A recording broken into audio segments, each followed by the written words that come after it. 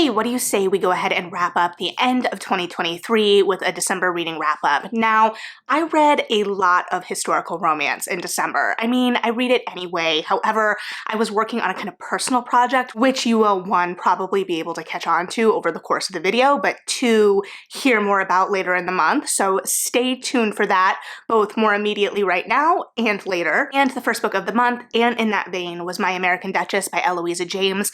I did this on audio from the library. A lot of the historical romances this month I did via audio, and this is one of the Eloisa James I have not previously read, and follows an American heiress as she is in England, kind of trying to gain a husband. She has had a couple of broken engagements in the past, and so she cannot afford to break another engagement. And when we meet her, she is in the process of getting engaged, but not to our hero, rather to our hero's brother. And while she believes that there is some feeling there, one, she catches our hero Trent's eye, and we, through his point of view, realize that his brother is not a great guy. And so with Mary, our heroine, she is kind of clinging on to this idea of what the brother is, especially because she cannot afford to break another engagement in terms of her reputation. And so just what it looks like with her and Trent getting together, because spoiler alert, they get together. However, in the end of the book, after they have gotten together, I found it kind of stumbled just a little bit for me in comparison to other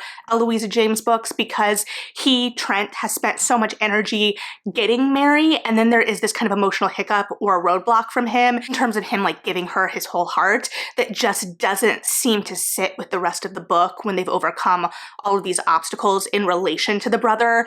The brother was awful. I will give it that the brother was awful, and it was uncomfy kind of leaning into that. I did like that we had a character that was kind of awful on some level. However, I really questioned why he was entertained by Trent at all after a certain point. Additionally, the brother does have an alcohol problem, so if alcoholism is not something you want to read about, this may not be the book for you. This ultimately wasn't my favorite Eloisa James, but it was a pretty solid entry. From everything I've been able to gather, it does seem like this is a standalone. It's not part of a larger series, which is interesting considering she is a romance author that generally writes in series, but that's that. And then, as previously seen both in A Feature Friday and my favorite books of the year, I read The Adventures of Amina Ali by Shannon Chakraborty. This was everything I wanted it to be. It was an adventurous, magical romp with a strong ensemble, a really compelling protagonist, danger and humor and verbal sparring. I loved the voice of this. I loved the angle of it. We're following legendary pirate Amina Ali as she is being pulled out of retirement, and so there's already this history, especially with the ensemble, getting the gang back together again, that is collected over the course of the novel, and that helps make it very active in its exposition, while also giving us a strong middle-aged female protagonist with the promise of more legendary renown to come, knowing that she is just at the beginning of her story, even as her reputation is so established at the beginning of this story, is something really compelling to me as a reader, and I really loved what that did for the narrative. I loved how complete this was while also setting up further adventures. There were times I didn't think it was going to pull it off because it had so much ground to cover in terms of kind of completing the mission of this book within one book, but it did, while also setting up the seeds for the further stories, further adventures, and places that I'm sure we will return to, as well as people I'm sure we will return to. So if you want to dig more into this, feel free to watch that Feature Friday where I get a little bit more nitty-gritty, but I love this book. It was great. I can't wait for the sequels, and maybe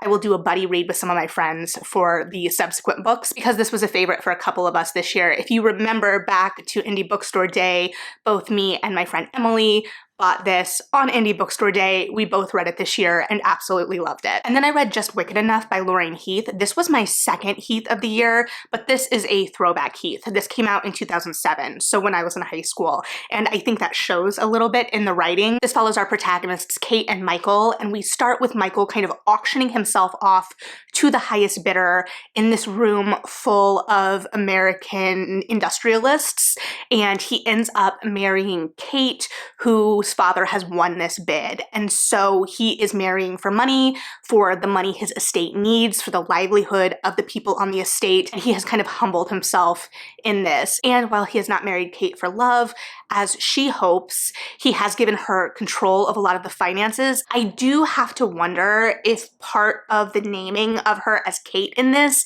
is a kind of sly twist updating of The Taming of the Shrew, if we're pulling on that in some way, especially because she is setting these tests for him. Basically, he has to prove that he knows her in some way in order for their marriage to become a true marriage. And one of those tests is him being able to determine her favorite color without just wildly guessing, which he is doing for most of the book, but this being a placeholder of them getting to know each other and him seeing her for who she truly is. At the same time, she does judge him pretty harshly and isn't really necessarily always getting to know him for who he truly is, so there are some barriers there, and that kind of construct of especially the color test is doing a lot of the legwork in terms of like metaphor or standing in for where their relationship is at. So he is a penniless lord marrying for money. Her parents have kind of sold her off to the highest bidder in order to gain that title, but she ultimately wants love from this marriage. And what does that mean? And then following the pattern you've probably picked up on by now, we have How to Lose a Duke in 10 Days by Laura Lee Girk. This is my first by this author, and apologies if I'm pronouncing her name wrong there. This follows Edie and Stuart. Edie is an American heiress who has married Stuart mostly under the assumption and the agreement that they will not necessarily have a true marriage. She will control the fortunes and make sure the estate is kept up, and he will go off to Africa in this case and leave her completely alone because she has an incident in her background that means she is not interested in a true marriage. So for 5 years, they have basically this perfect arrangement. His debts are paid off. She has all of this freedom until he is attacked by a lion, comes home injured, and wants a true marriage with Edie, and she has no interest in it. Now, as you can probably guess, there is an assault in Edie's background that is playing into this reticence, and most of the book is overcoming that. And it's not rushed, which I appreciate. We take the time, Stuart takes the time to get to know Edie. Now, his explorations or engagements in Africa are somewhat questionable. We have this reference to a mine. We don't really explore what exactly the realities of that would be for this time and place, especially because the rest of the narrative is doing well, at least to me as a reader, with Edie's delicate backstory. This book was published in 2014, so absolutely it could engage with the realities of that a little bit more actively, but also isn't modern enough that if this was published today, I think that is something that would absolutely have to be tackled. And in terms of Edie and Stuart's relationship, this is a very isolated narrative. They are mostly within their own homes. They're not going out to other parties and balls. Her sister is in the mix, which at the beginning of the book, I really disliked. We spent the first chapter with her trying to put this sister on a train to boarding school, and I was all about her going to boarding school because she was kind of annoying me, I'm not gonna lie to you. And then at the end of the chapter, she like has magically gotten off the train and introduces herself to Stuart after Edie has kind of left him in the dust. And I was like, great, now there's this child just running around. However, she did redeem herself in that she became kind of an accomplice for Stuart in some ways. She helped kind of make Edie feel comfortable, and because narratively she started to fade to the background a little bit as Edie and Stuart got to know each other better, which I appreciated because I didn't want just a precocious child sucking up all the narrative air here. I think that ultimately this was a really well-paced book. However, again, this is dealing with some really heavy subject matter in Edie's background, and while that doesn't dominate the entire tone of the book by any means, if that's something that you're going to have trouble with, it is very present here, and I would caution you to maybe step back from that. And then, in case you haven't noticed the pattern yet, I read The Buccaneers by Edith Wharton. Yes, The Buccaneers, not The Buccaneers. I apologize if I will forget even in this same video, and I know I've mispronounced it in videos past. However, I have done a whole dedicated live digging more into this particular book, as well as a video talking about the kind of differences in analyzing the book versus the Apple Plus show. This is Edith Wharton's final novel. It was incomplete at her time of death, and it was finished in the 90s based on her outline by Marion Mainwaring. I did read this completed edition. And The Buccaneers follows a group of American heiresses in the Gilded Age that travel over to England. It explores ideas of wealth and class, old money and new money. It has that kind of signature Wharton's sharp wryness to it. It has real searing and biting character studies, and notably the most optimistic ending in a Wharton novel I personally have ever read. Now granted, my experience with Wharton as a reader prior to this was The Age of Innocence, The House of Mirth, Ethan Frome, and Summer, so by no means the entire canon. I still have The Custom of the Country in reserve as probably her last main work that I have yet to read. We could definitely tackle that this year if you're at all interested, but it was great to return to Wharton's voice. I had forgotten that I missed it somehow, and I'm very grateful that the Buccaneers on Apple Plus gave me an excuse to tackle this book that has been sitting on my TBR for like half a decade now physically, because I bought it when I was still a bookseller. And as just an example at random from one of the tabs I have in the book of Wharton's language, and because this is a passage I don't believe I have quoted before in my earlier videos, we have this brief little bit about Nan early in the book. It says, "She never felt herself matched against things greater than herself, but softly merged in them." And so there is just this real understanding of these characters, and I really appreciated the character study in this book in particular. And then while I did have some critiques of How to Lose a Duke in 10 Days, I did still enjoy it, so I decided to pick up the sequel, Catch a Falling Ayres, by, again, Laura Lee Guerk. And this follows an accomplice of our protagonist from the first book and kind of dovetails with the ending of that book in a way that I'm not going to spoil. But the beginning of this book involves our hero, Jack, who has been in America kind of on business, enacting some revenge for Stuart in some ways. And he saves our heroine, Lynette, from being trapped in marriage with a villain, someone we as readers know is a villain. However, Lynette does not know he is a villain.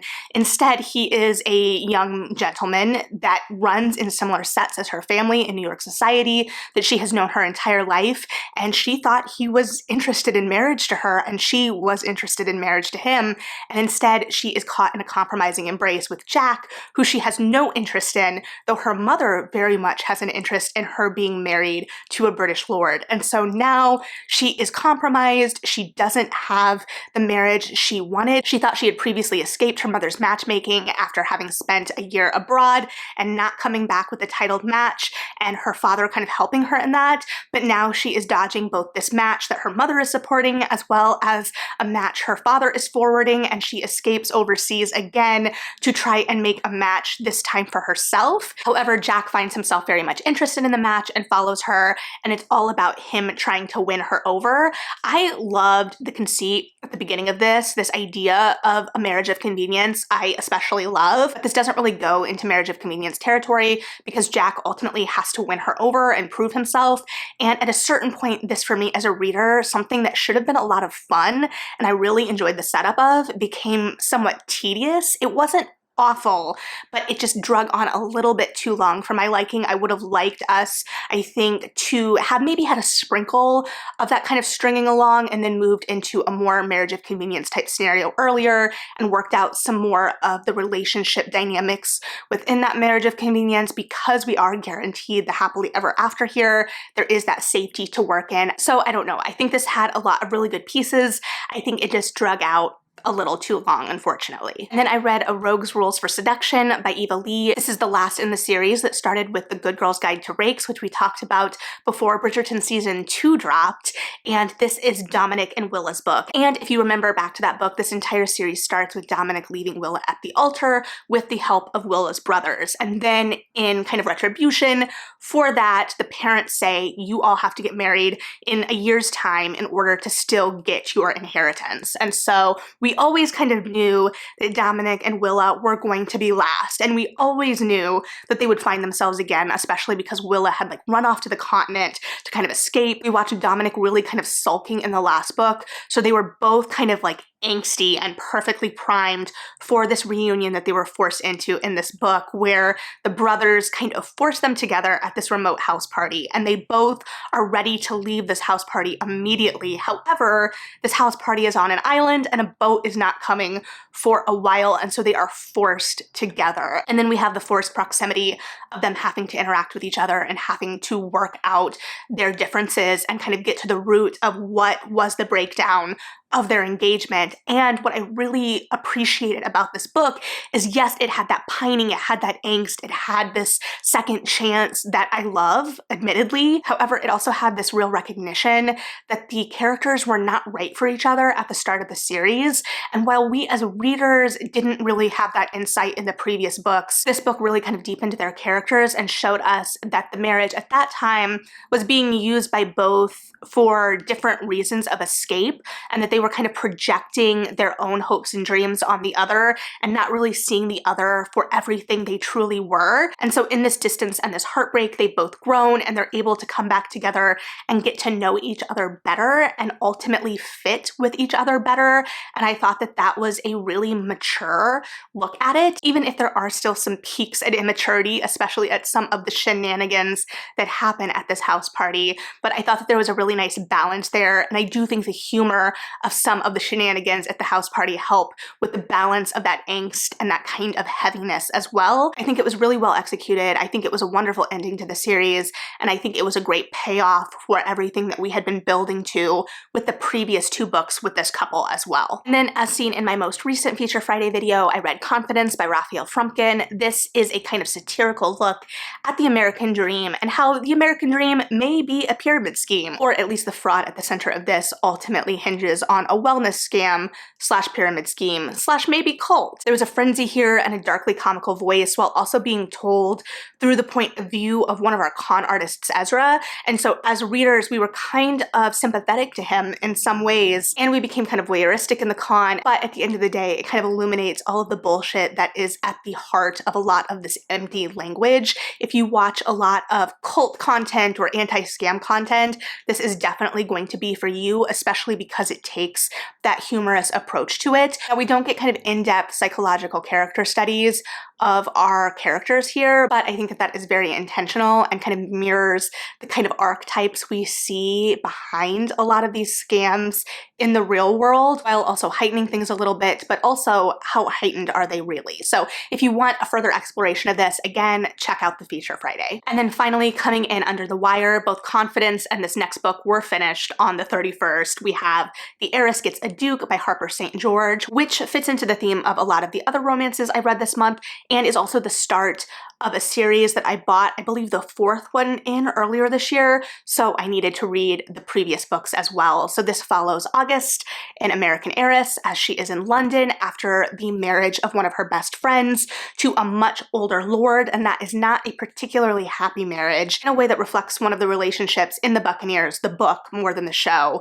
And in the process, she catches the eye of a duke. Originally, she thinks that he is after her sister, but no, he is after her, and she's initially not so sure about it, but he eventually, well, does he win her over? I'll let you find out. But it does start really propulsively in a kind of underground boxing arena. I almost wish we'd gotten more of that, because we do have this active backstory with the Duke having to fight basically to help fund his estate because he is penniless, and just what the stakes of that are. I will say this is not an Avon title. This is out of Penguin Random House. I think it's a Berkeley title, which I only say because I am quite used to the editing of the Avon romances, as that has been my kind of go-to romantic publisher since I was a teen. And I'm not saying the voices are the same across the romances by any means, but that editing and that pacing feels familiar to me on some subconscious level. And this did move a little bit quicker in some ways, or it didn't maybe feel as drawn out in certain parts of the book as I would have liked to go a little deeper with. That being said, I did still really enjoy this. Also, every chapter opens with a little time period appropriate quote, which I thought was an interesting little touch. And so yeah, I've been continuing on with this series and will hopefully get to the book I actually own before this year is over. So with that being said, that is December. That is the end of my 2023 reading. What did you read in December? Have you read any of these books? What are you looking forward to in 2024? It was ultimately a really good reading year for me. Thank you for hanging out with me through a year of reading, whether it be the full year or just a fraction of it. I appreciate you being here, and I'm looking forward to diving further into reads in 2024. So let me know what you're looking forward to in both your own reading life, and if there's anything you are looking forward to or would like to see on this channel in 2024, go ahead and let me know. But as always, thank you for hanging out and listening to my thoughts on books. Like and subscribe if you feel like it. Read something good to start off 2024, and yeah, bye.